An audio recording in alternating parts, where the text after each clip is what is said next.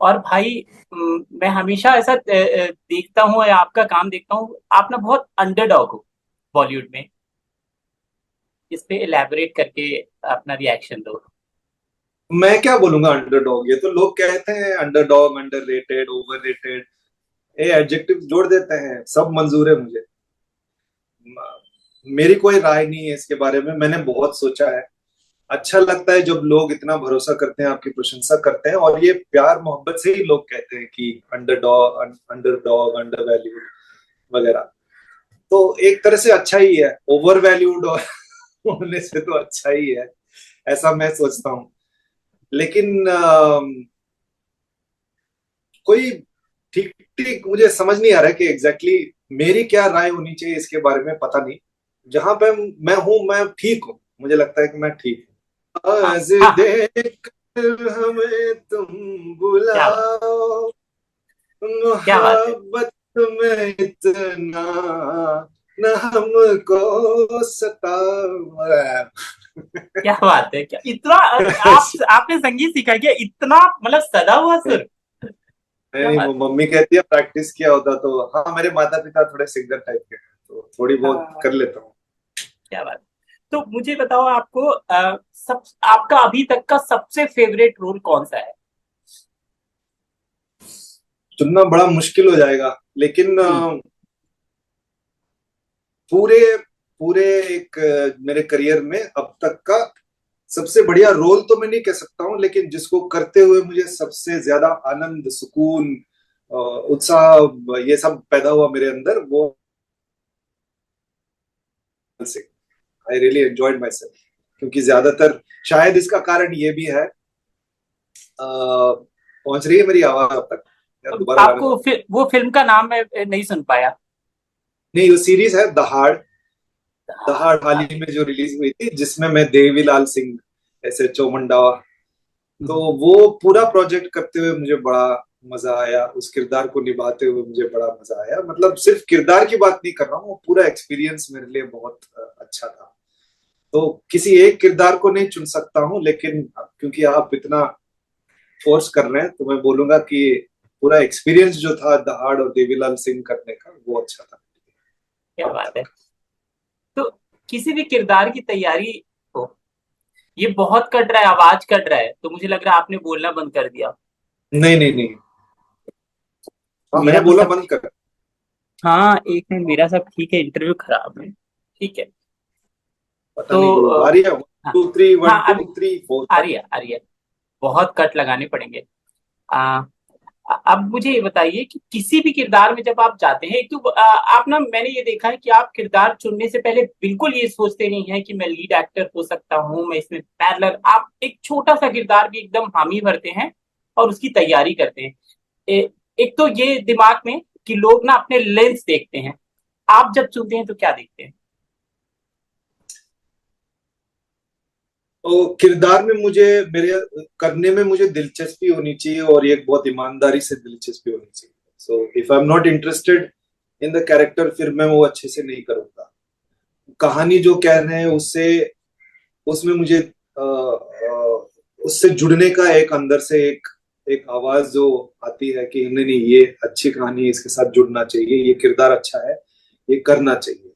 ये जब पैदा होता है मेरे अंदर, तभी मैं कोई भी प्रोजेक्ट को करता हूँ। फिलहाल ये मेरी अब तक के सफर में मेरा यही मेरा रूल ऑफ थंब रहा है। उम्मीद है कि आगे भी ऐसे ही हो, लेकिन मजबूरी के लिए काम करना ना पड़े, बट देखते हैं। लेंथ वेंथ और तो ठीक है। देखिए, करियर के लिए अच्छा होना चाहिए जो आप कर रहे हो, आपके करियर के लिए भी अच्छा होना चाहिए, और आपके लिए भी अच्छा होना चाहिए कि आपको इसको करने में रुचि हो। तो ये दोनों इंपॉर्टेंट चीजें हैं। इफ आई एम इंटरेस्टेड, मैं करूँ, और और करियर के लिए अगर अच्छा। इस चक्कर में कितनी फिल्मों को इनकार करते हैं जहां पे आपका एक कमर्शियल वैल्यू बढ़ सकता है, लेकिन शायद आपको रोल पसंद नहीं आता है तो इनकार कर देते हैं। और ऐसा तब मुझे ऐसा लगता है हंटर के बाद ना, आपको बॉलीवुड में बहुत कुछ ऑफर किया होगा, लेकिन आप उस समय बहुत चूजी होंगे, बहुत मना किया होगा। देखिए, मैं I am responsible to curate my career. ये जो रिस्पॉन्सिबिलिटी मैं किसी और को नहीं दे सकता। अगर मैं मुझे अपने करियर को वर्सिटाइल और डाइवर्स बनाना है तो ये मेरे हाथों में। तो मुझे चुनाव करना पड़ेगा कि कौन से प्रोजेक्ट के साथ जुड़ना है, कौन सा नहीं करना है। मेरी तरफ से मैं कोशिश करता हूँ कि कोई डायरेक्टर फिल्म बना रहे तो मैं उनको अप्रोच करके बोल सकता हूँ कि देखिए, मुझे आपके साथ काम करने में रुचि है, ये प्रोजेक्ट सही लग रही है, आपका क्या ख्याल है कि मेरे लिए कुछ है, मैं कुछ कर सकता हूँ वगैरह। ऐसा बहुत कम करता हूँ, लेकिन करने लगा हूँ अभी। कुछ सालों से मैं कोशिश करता हूँ। मेरे पास जो आता है, फिर मैं देखता हूँ कि जो मेरे पास आया हुआ है ये, इसको करने में मेरे अंदर, मेरे करियर के लिए ये अच्छा हो सकता है। जो वर्सिटैलिटी और डाइवर्सिटी, करियर का मतलब जो वर्सिटैलिटी और डाइवर्सिटी मैं बना के रखना चाहता हूँ उसके लिए। तो मेरे डिसीजंस इसी पे निर्भर होते हैं। एक बार कुछ रोल जो मैंने नहीं किए हैं वो किसी कुछ और लड़कों ने किया है और वो बहुत सफल हुए हैं। मैं नाम नहीं लूंगा इन लोगों का, लेकिन मुझे बड़ी खुशी है कि वो लोग उन लोग वो लोग अपने पैर जमा पाए इंडस्ट्री में और बहुत नाम और शोहरत और सफलता मिली उनको। इतना सभी मुझे जेलसी नहीं है, क्योंकि मेरे जो कारण वो फिल्म ना करने के, जो करने के थे, वो बहुत ठोस और मजबूत थे और बहुत जेन्युइन रीजंस थे। और कभी कभी आपके पास वो समय भी नहीं होता। एक एक रोल कंसिडरेशन के लिए मेरे पास वो जो समय उनको चाहिए था वो देने के लिए मेरे पास समय नहीं थी। तो इस कारणवश भी कभी कभी मैं कुछ प्रोजेक्ट्स नहीं कर पाता हूँ। कमर्शियल वैल्यू बढ़ेगा नहीं बढ़ेगा उसका तो मुझे पता नहीं है, लेकिन आज तक जितना भी मैंने मना किया है, बहुत ही सिंसियर रीजन से मैंने मना किया है और बहुत ऑनेस्ट तरीके से मैंने मना किया है। और जब मुझे कोई ये क्या कहते हैं, रिमोर्स रिग्रेट बिल्कुल नहीं। हम्म। और अगर किसी तीन किरदार को लेते हैं, मुझे पता है आज बहुत सारे लोगों से बात करनी है, और उसका उदाहरण देते हुए आप बताइए, क्योंकि ये जो सवाल है ये ना बहुत सारे जो फिल्म में नए एक्टर आ रहे हैं उनके लिए भी जरूरी है, और दर्शक भी आपसे तो ये जानना चाहते हैं कि किसी किरदार की तैयारी आप कैसे करते हैं, कैसा उसका बैकग्राउंड बनाते हैं, और फिर जब आप एक्ट करते हैं तो मुझे लगता है कि यही है, मतलब इससे अलग हो ही नहीं सकता, मतलब आपने जब किया है तो कोई और कर नहीं सकता, और वो आदमी ऐसा ही होगा। अलग अलग तरीके हैं। बहुत लोग, मैंने तो एक्टिंग सीखी नहीं है, बहुत लोगों ने इंस्टीट्यूट वगैरह जाके एक्टिंग, ड्रामा, ये सब की तालीम ली है। मेरे पास ये नहीं था, तो मैं अपने तजुर्बे से या लोगों को देख के या किताबें पढ़ पढ़ के सीखता था और मैं ट्राई करता था कुछ चीजों को। मेरी कोशिश यही थी, पहले जब मैं नाटक करता था या जब मेरी पहली शुरुआत होती थी, कि मैं जितना हो सके उतना सिंप्लीफाई करूं प्रोसेस को, क्योंकि मेरा बहुत इलेबोरेट प्रोसेस नहीं हो सकता है। क्योंकि फिर पूरे सेट को, पूरे यूनिट को आपके प्रोसेस, आपको ना पूरा जो डायरेक्टर का विजन है और यूनिट का जो काम करने का तरीका है, उसमें आपको अपना तरीका, वो तरीके को ढालना होता है। तो सिंप्लीफाई, क्योंकि मैं इमेजिनेशन बहुत यूज करता हूँ, क्योंकि इससे भी पहले मैं डिजाइन में था, मैं आर्ट वगैरह में था, तो इमेजिनेशन का प्रयोग करना मुझे अच्छे से आता था। इसकी तालीम भी मिली थी मुझे एनआईएफटी से, मुझे डिजाइन की डिग्री भी है, तो I know how to use my imagination. तो ज्यादातर जो है टेक्स्ट, उसको मैं समझता हूँ, फिर मैं इमेजिन करता हूँ कि ये कैरेक्टर, इस आदमी का चरित्र कैसा होगा, ये पात्र का चरित्र कैसा होगा, किस आवाज में बोलते होंगे, कैसे बोलते होंगे, धीमा बोलते होंगे, जोर से बोलते होंगे, भाषा कैसी होगी इनकी, उठना बैठना, चाल चलन, ये सब बहुत सुपरफिशियल चीजों से स्टार्ट करता हूं मैं। और धीरे धीरे से इसमें दो तीन अगर ठोस आइडियाज आपको मिल जाते हैं जो किरदार के लिए वर्क करते हैं, तो उसको नींव बना के उसको फिर डेवलप करते हैं। और जहां आपको समय मिलता है वहां मैं अपने को स्टार्स के साथ में रिहर्सल्स करना पसंद करता हूँ, क्योंकि बहुत सब टेक्स्ट और बारीकियां किरदार के बारे में वहां पे भी पकते हैं। और जो वर्क नहीं कर रहा है, आपको एक मौका मिल जाता है उन चीजों को बदलने का। तो बेसिक तरीका यही है कि टेक्स्ट को समझो और फिर अपने इमेजिनेशन का इस्तेमाल करो। रिसर्च वगैरह आप कर सकते हो, लेकिन मैं जहां जरूरत पड़ती है वहीं पे करता हूँ, लेकिन ज्यादातर इमेजिनेशन पे ही मैं काम करता हूँ।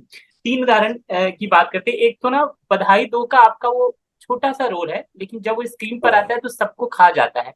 जब इसको आप बना रहे थे तो किन लोगों से मुलाकात की कि यार मेरा ये लॉयर है और ये इस तरीके से करेगा, उसका बॉडी लैंग्वेज ऐसा होगा, क्या किस तरह का रिसर्च, किस तरह का काम किया था, उसका बॉडी लैंग्वेज, उसकी बातचीत को कैसे बनाया था? हाँ, दो चीजें हैं। एक तो दहाड़ की शूटिंग ऑलरेडी हो रही थी और मेरे दोस्त थी, और मैं करना चाहता था, तो ज्यादातर डेट्स निकालने में थोड़ी सी मुश्किल हुई, क्योंकि मैं राजस्थान में था, वो लोग देहरादून में शूट कर रहे थे। मेरे पास अलग से तैयारी करने का टाइम नहीं था, क्योंकि मेरी ऑलरेडी, मैं देवीलाल सिंह बना हुआ था। तो मैंने कहा कि ये तो ऑलरेडी चल रहा है, तो अब क्या कर सकते हैं, जरूरी क्या है, जरूरत क्या है। तो 9 पन्नों का स्क्रिप्ट था मेरा, मतलब जो 6 मिनट का रोल है मेरा पूरे पिक्चर में, उसमें वो लगभग 9 पेज का था, और आई थिंक 3.5 दिन 4 दिन का शूट था। पूरा पूरा पूरा पूरा दिन भी नहीं था। तो मैंने कहा कि ये दोनों के बीच में प्यार है ना, और ये एलजीबीटी का वो एक ये भी है कि लव इज लव, तो it's a romance. It does not matter कि आदमी लॉयर है, मर्द है, खंबा है, कुर्सी है, मेज है। मुझे इस दूसरे व्यक्ति से प्यार है, मैं उस प्यार को अपनी आंखों में दिखाना चाहता हूँ, बस यही है। इतनी प्रिपरेशन थी। और वो हल्का सा कैरेक्टर थोड़ा नॉटी भी है, क्योंकि वो कंफर्टेबल है, जो है उससे वो कंफर्टेबल है। कुमार का कैरेक्टर नहीं है, मेरे कैरेक्टर के आने से उसके अंदर बदलाव आता है, वो अपने आप को अपना लेता है। तो वही था, इन यही ऑलरेडी स्क्रिप्ट में था, राइटिंग में ऑलरेडी ये सब चीजें थी कि he is very self assured, self confident and slightly naughty. तो मैं वही है कि I looked at it as a romance. तो I had to romance Rajkummar Rao. अगर स्क्रिप्ट का ये था कि I have to romance a खंबा, तो मैं उसको भी कर लेता। बट यहाँ पे राजकुमार जैसे बहुत ही बढ़िया और काबिल एक्टर के साथ काम करने का मौका मिला। Can we take a pause, किसी ने घंटी बजाई है। हाँ हाँ हाँ जस्ट आई बी बैक। हाँ हाँ। तो अंत में मैं बस एक चीज जोड़ना चाहूंगा, जो बात ऑलरेडी बारे में कह रहा था, कि अननेसेसरली हम चीजों को कॉम्प्लिकेट कर लेते हैं, हमें लगता है कि जरूरत से ज्यादा मुश्किल है, जबकि इतना मुश्किल नहीं होता है, सिंपल सी चीज होती है। मुझे पता था कि मैं एक बहुत अच्छे एक्टर के साथ काम करूंगा, और जो मुझे कुछ देंगे जो मैं रिसीव कर सकता हूँ, और एक अच्छे डायरेक्टर जिनके साथ मैंने ऑलरेडी एक फिल्म की है, तालमेल बढ़िया है, राइटर्स इसके अच्छे थे, इसकी राइटिंग मुझे पसंद आई थी। तो सिंपल था, I approached it as a romance, कि वो प्यार जो एक है, मोहब्बत, वो दिखाना है, और हल्का सा नॉटीनेस रखना है, बस इतना ही था। थोड़ी बात देवीलाल की कर लेते हैं, क्योंकि आपका फेवरेट और मजेदार, सबसे ज्यादा आपको जो मजा आया करने में, इसको कैसे बनाया, क्योंकि लोग अभी देख रहे हैं देवीलाल को, तो ये बातचीत सुन के वो रिलेट भी करेंगे, तो इसके बारे में बताइए। देखिए, पुलिस एक नौकरी है, कैरेक्टर नहीं होता किसी का। देवीलाल है कौन, इंसान है कौन, ये समझना सबसे ज्यादा जरूरी था मेरे लिए। और स्क्रिप्ट पढ़ते पढ़ते, डायरेक्टर्स के साथ डिस्कशन करके, राइटर्स के साथ डिस्कशन करके, और कुछ रीडिंग्स और रिहर्सल्स के दौरान मुझे ये समझ में आया कि देवीलाल ऐसा इंसान, साधारण सा इंसान है, जो पुलिस की नौकरी करता है। पुलिस उसका चरित्र नहीं है, उसका पेशा है, उसकी जॉब है। बट ये इंसान अच्छा इंसान है, जो हमेशा सही करने की कोशिश करता है, हर वक्त कर नहीं पाता, लेकिन उसकी कोशिश यही रहती है कि वो सही चीज करे। इतना ही था। इसके अलावा जो डायलेक्ट वगैरह था, उसके लिए एक बहुत ही अच्छे कोच को नियुक्त किया गया था, भरत भटनागर, जिन्होंने एक रोल भी किया है कासिम का। तो उनके साथ कुछ 27-28 सेशंस किए मैंने। तो वो चक्कर में स्क्रिप्ट हर बार पढ़ते थे, सीन्स की बारीकियां धीरे धीरे से समझ आने लगी। तो पावर ऑफ रेपिटेशन, जितना आप करेंगे दोबारा से, आपको कुछ और नया दिखेगा और कुछ और बारीकियां नजर आती है। तो सिंपली ये है कि is a good man, good person, tries to do the right thing, but not successful all the time. But उसकी कोशिश हमेशा रहती है कि वही करे जो सही है। अब बात करेंगे एटीएम मेट्रो की। ये कैसे आई कहानी आपके पास, क्यों चुनाव किया, ये किस्सा सुनाइए। स्क्रिप्ट पढ़ते पढ़ते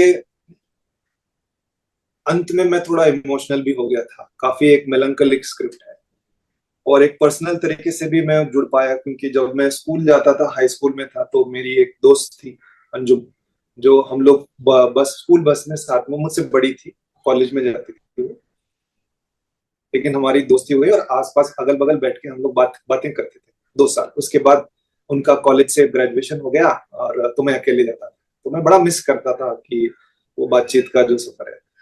तो उसके बाद कभी हम लोग मिले तो हम दो अनजान लोग एक दोस्ती बना लेते हैं एक सफर के दौरान। तो मैं इस स्क्रिप्ट में भी वही है, इसका मेन मुद्दा तो वही है। तो पर्सनल तरीके से भी मैंने कनेक्ट किया, मुझे वो दिन याद आए। बहुत ही सेंसिटिव और अम, एक रोमांस में, दोस्ती के लिए,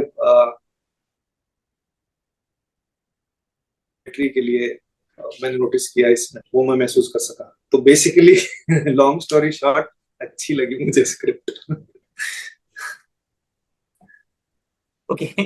प्रीतम के बारे में अगर और बताना हो किस मिजाज का है, और थोड़ा सा एलाबरेट अगर कर पाए, क्योंकि अब लोग सिर्फ 19 तारीख को देखेंगे और ये आपकी बहुत हाँ दिनों के बाद थिएटर रिलीज हो रही है कोई फिल्म। हाँ, बधाई दो के बाद, बधाई दो के बाद हाँ थिएटर हाँ रिलीज। हाँ हाँ, इस साल की। तो प्रीतम हाँ, किस मिजाज बधाई का दो है? तो वैसे छोटा रोल था, लेकिन लंबे रोल, लंबा किरदार जो 2019 में हुई थी कमांडो 3, वो मेरी लास्ट थिएटर में थी। हाँ प्रीतम एक बहुत ही मेलंखलिक आदमी है, बस खोया खोया सा रहता है, अपने अकेले में रहता है, ज्यादा लोगों से बात नहीं करता, नजर भी नहीं मिलाता, आंखें नहीं मिलाता, अपनी अपनी ही धुन में रहता है, ख्यालों में खोया रहता है। तो कुछ चीजों को उसने भी अपने दिमाग में रोमांटिसाइज कर लिया है। दर्द को भी रोमांटिसाइज कर लिया थोड़ा थोड़ा बहुत उसने। तो जरूरत से ज्यादा दर्द महसूस करता है वो थोड़ा। अ, तो इस किस्म का इंसान है जो नेचुरली, वो ऐसे किताबी टाइप का नहीं था। वो शायद कुछ जो ये कहानी घटती है इससे 7-8 साल पहले शायद इतनी किताबें नहीं पढ़ता था, उपन्यास नहीं पढ़ता था, और कविताएं और शायरी में रुचि नहीं थी उसकी। लेकिन जब ये कहानी जब हम देखेंगे तो इस दौर में वो इन सब चीजों में बहुत रुचि रखता है और एकांत में रहना ज्यादातर पसंद करता है, और बहुत ही शांत, क्वाइट और इंटरनल किस्म के होते हैं ना, ऐसा है। लेकिन एक सैडनेस भी है उसमें, जो उसके चेहरे पे, उसकी आंखों में कभी कभी नजर आता है।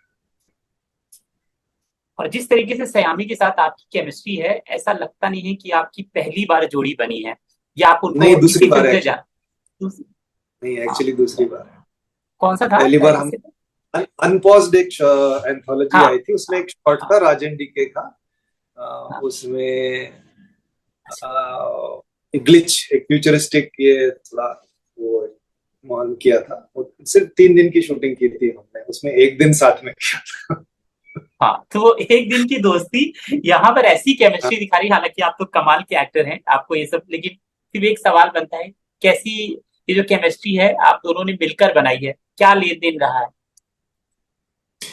देखिए, आपको कोई मिल जाए जो इंटरेस्टिंग है, एक तो क्रिकेट में रुचि रखती है, औरत है, क्रिकेट में रुचि रखती है, और एक मर्द को क्या चाहिए हिंदुस्तान में बात करने के लिए, जो क्रिकेट में रुचि रखती है, क्रिकेट के बारे में बहुत कुछ जानती है, वो एक्सपर्टीज है उनका, खुद खुद क्रिकेट खेलती हैं, सचिन की बहुत बड़ी फैन है। तो ये कॉमन पॉइंट भी मिल जाता है, ऐसे लोग मिल जाते हैं तो उनसे दोस्ती करना, उनसे बातचीत करने के लिए मतलब वो आसान हो जाता है, बिल्कुल आसान हो जाता है। सो ये अगेन, इसको नींव बना के इसके ऊपर आप एक you can build a relationship. तो बहुत समय बिताते थे, और बहुत कम एक्टर्स थे इस फिल्म में, इसकी कास्ट बहुत बड़ी नहीं है, ज्यादातर फिल्म में हम दोनों ही हैं।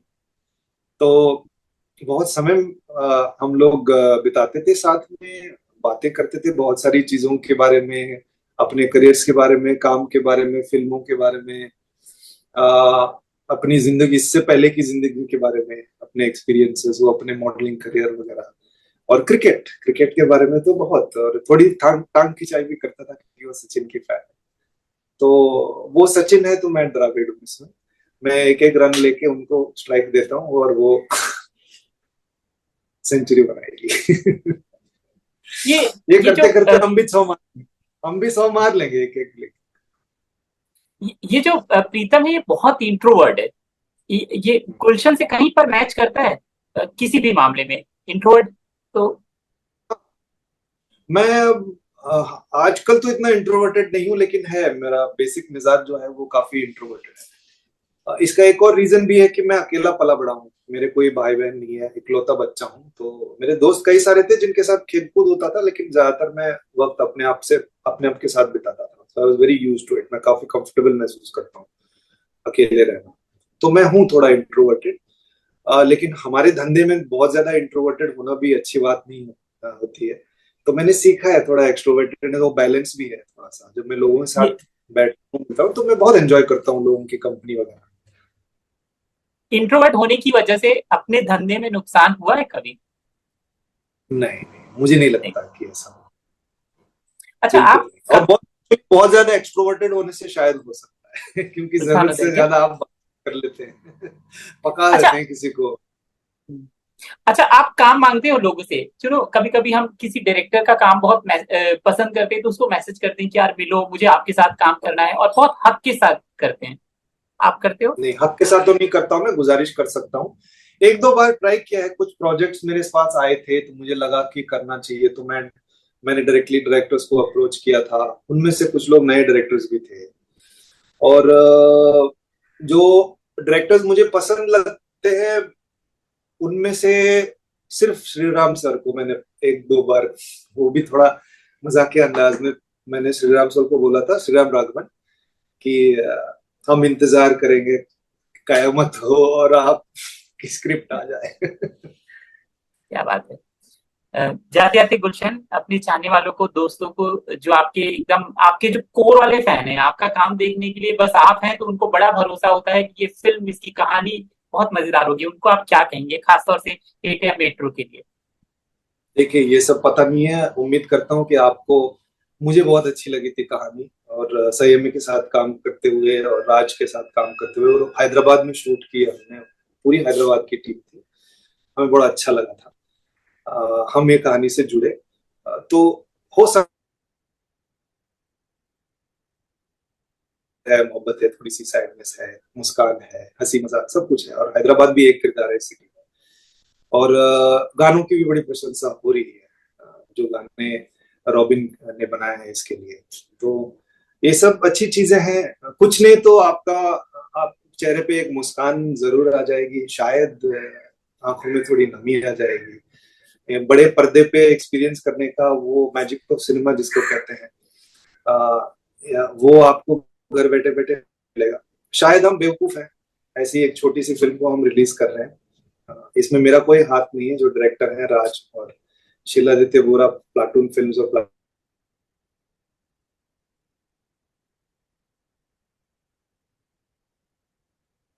हम चाहते हैं कि सिनेमा को बड़े पर्दे पे ही देखा जाए, क्योंकि उसका आनंद ही कुछ और होता है। तो ये अब देखते हैं ये कितना सही साबित होता है, हम बेवकूफ निकलेंगे या हिम्मत वाले, ये तो आगे वाला समय बताएगा। But give us a chance, see you at the movies. क्या बात है, जरूर आपकी फिल्म देखने जाएंगे, क्योंकि जो आपके फैन हैं वो बिल्कुल हार्डकोर हैं। हमसे बात करने के लिए बहुत बहुत शुक्रिया, और ढेर सारी शुभकामनाएं द हार्ड के लिए या मेट्रो के लिए और आने वाले तमाम और प्रोजेक्ट के लिए। Thank you. Thank you Sanjay ji, thank you.